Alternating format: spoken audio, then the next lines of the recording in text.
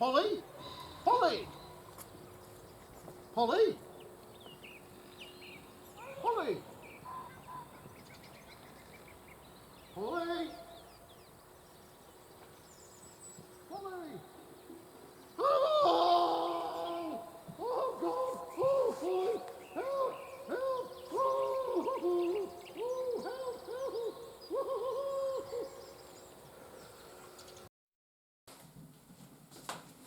Good morning, Elizabeth. Good morning, Victor. I see your appetite has not returned. Will you be spending the day in your laboratory again? I think so. My work is such a comfort to me at this difficult time, you understand. Will you be spending lunch here with me, or shall I leave some sandwiches outside the door for you? Oh, sandwiches and milk, I think. Oh, you're such a special, kind, loving, identical twin sister. I'm so grateful for all the help that you give me at this difficult time. I'm glad I can be of some help during this dark time, Victor. What exactly is it that you're working on? I'm working on replicative fade in duplicate cell stem structures, focusing mainly on stem cell gullibility. Victor, you're not trying to clone Polly, are you? Oh, no. Well, you did write that book, How to Clone Dead People. Ah, but that was a theoretical tome. Oh. But you did clone the budgie. No, I didn't. I bought it from the pet shop. Victor, I hope you don't mind me asking. No. I'm just concerned for your well-being. But I wonder, it's been 2 months since that terrible day. Is it now time that we lay poor Polly to rest and move on with our lives? Oh. I suspect you're right, dear. I'll phone Father Pollock in the morning and see Mr. Chips about making up a coffin and see what can be done. I'm so pleased. Oh.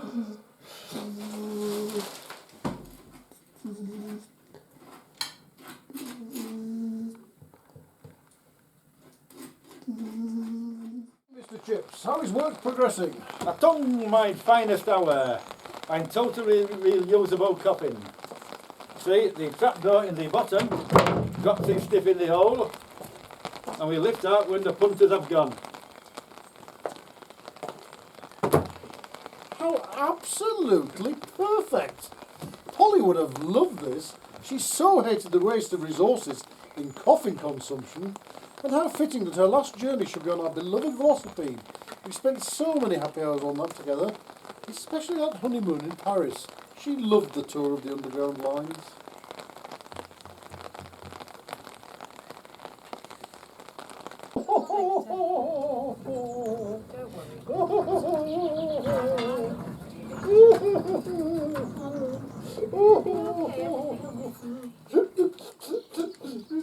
Don't worry. Come on, we'll get you inside. Come on, Victor, don't worry.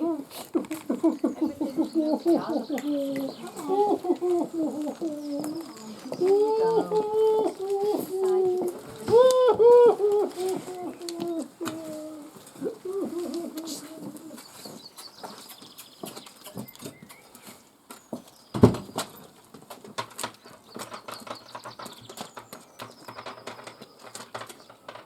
Are you thinking what I'm thinking? There's no food. We'll be knocked out. Come in here again.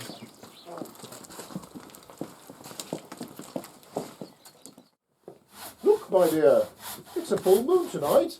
We must remember to lock and bar the windows. Family tradition, you know. What is Mr. Chips doing at this time of night? Oh, just making some siege guards for the doors and the windows. That's all. Victor, you're not worried about anything trying to get in, are you? Oh, no. Just for insurance purposes. That's all, you understand?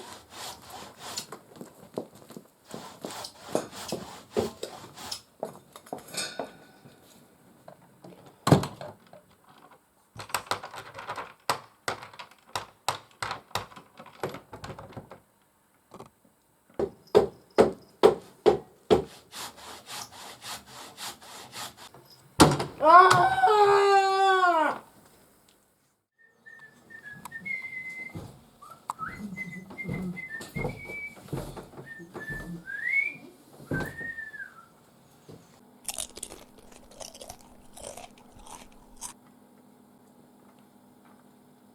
Elizabeth, have you changed the cat's diet?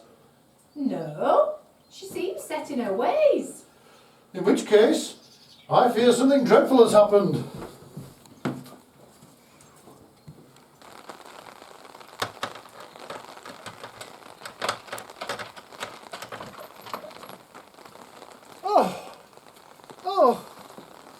Oh dear.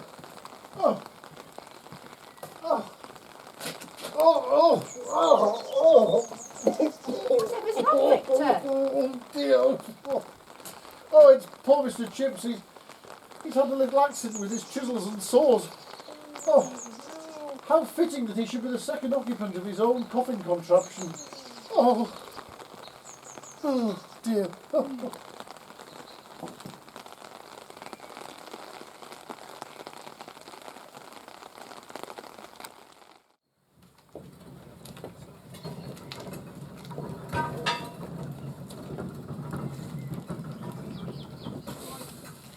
Well, I suppose it wasn't a bad send-off. Pity nobody could remember his first name, though. I always thought it was Egan. Oh well, never mind, we'll claim for new handyman off the insurance.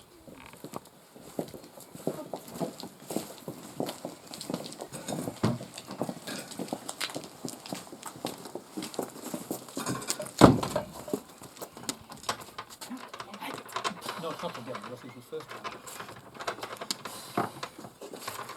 Oh, food again. Come on, let's go on. Go to your then. Go.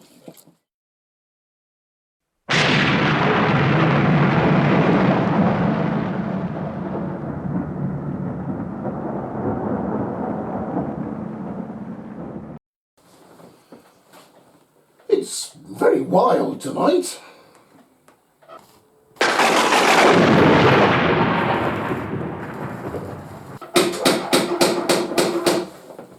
That can't be the window cleaner. I saw to him this morning.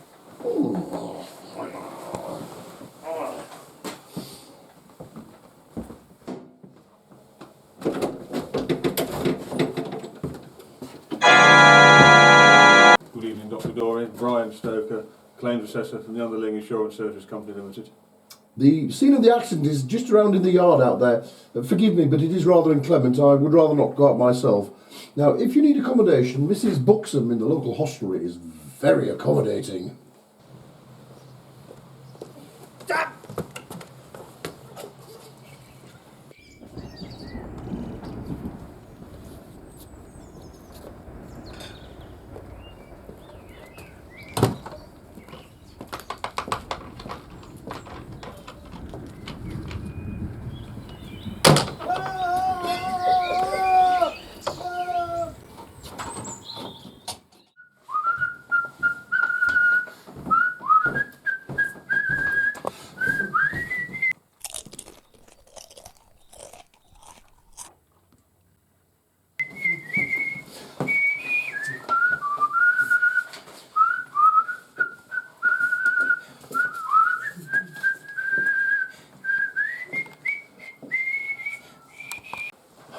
You're overfeeding that cat.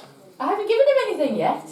Oh, I thought she was eating a bit of Mr. Chips that you'd left out for her. No, we had to bury all those bits. It must be someone else.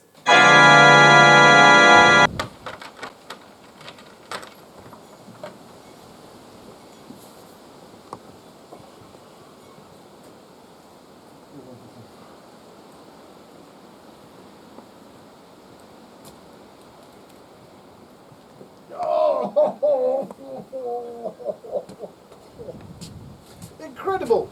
Exactly the same accident as Mr. Chips.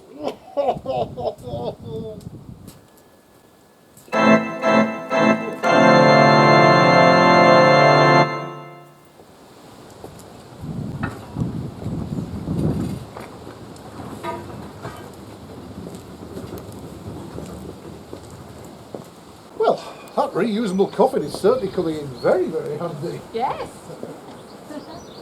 Dr Dorry, I presume. Allow me to introduce myself. I'm John Harker from the Board of Trade Dodgy Workshops Division. I'm here to investigate reports of 2 Class A dodgy accidents in your workshop. Well, feel free to have a look, my man, but be careful of those chisels. They're vicious.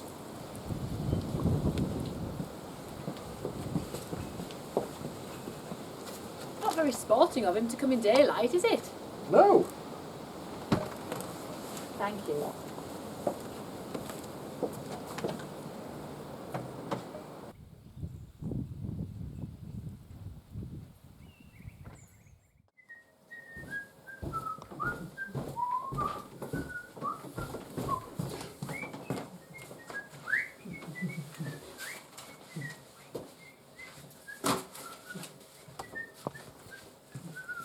Good morning, Elizabeth.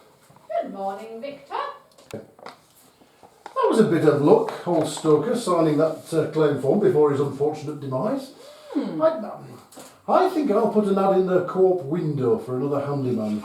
You don't know of anybody, you, Elizabeth? Mrs. Freelove tells me that young John Thomas Alcott provides her with every satisfaction. Oh, the tall, blonde, Yes, well-built. yes. Walks with a limp. Not all the time. Shall I arrange to see him? I wonder who that can be. At this time of day, and in good weather. Good heavens, Mr. Harker, what happened to you? Oh, this, left over from last night. Yes, we had a bit of a party in the pub. Oh, Mrs. Buxom looking after you then, is she? Oh, goodness me, yes, she said. Woo! Yes. Yes, to business. Yes. I've completed my investigations and I can find no sign of a breach of regulations, save for an unregistered pair of nail clippers, to which I've decided to turn a blind eye. We are not all petty dictators at the board, you know. Well, that is good news. Perhaps, but how then did these accidents happen? I've informed my office I will be staying on for at least another week for further cogitations. Mrs. Buxom assures she can put me up for that time. I shall probably return later tonight to see if conditions at the time could have had a bearing. But now I must be going. Mrs. Buxom has said that she will help me with some paperwork in my room. Paperwork.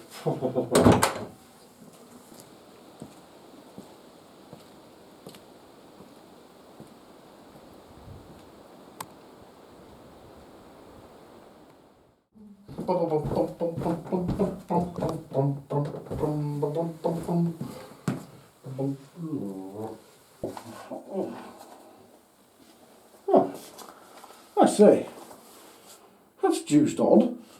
Why would a hand come through the cat flap and right on the floor? Surely it couldn't do that. Maybe Manouche did it. But I've never known her right before. And why would she tell us to beware of the rain? It doesn't say rain, it says rained. I thought she spelled it wrong. She doesn't like going out in the rain. But why didn't she just use her paw? Maybe she went out to collect the yarn and it came on to rain.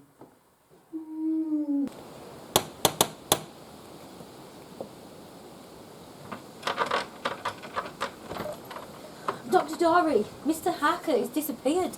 Have you seen him? He was supposed to be recruiting at Mr. Chips's workshop. Oh. Perhaps we'd better have a look over there.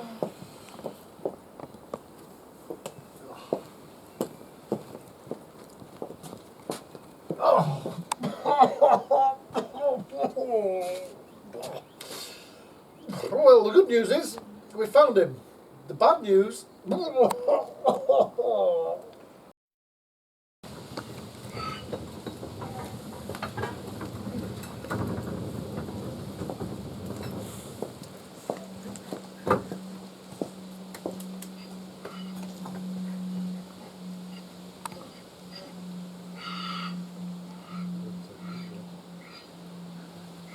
Morning, Bobby. Morning, Bobby. What brings you here? Well, I was passing and I thought I'd have a look at this workshop business. It all seemed so straightforward until I used my scouting skills. You see these tracks? They indicate someone lying on the floor with their arm through the cat flap and being dragged away so violently that their arm was left torn off by the elbow. So you don't think the cat did it then? My gut feeling is no. But I do think there's some sort of foul play. But Mr. Harker said the shed was perfectly safe. It's a long shot, but I think I'll stay in the shed tonight and see what turns up. Oh, be very careful, especially with those chisels. They've caused a lot of problems recently. I will, Doctor. I'll let you know how I get on tomorrow morning. Okay. Until then, Goodbye. Goodbye.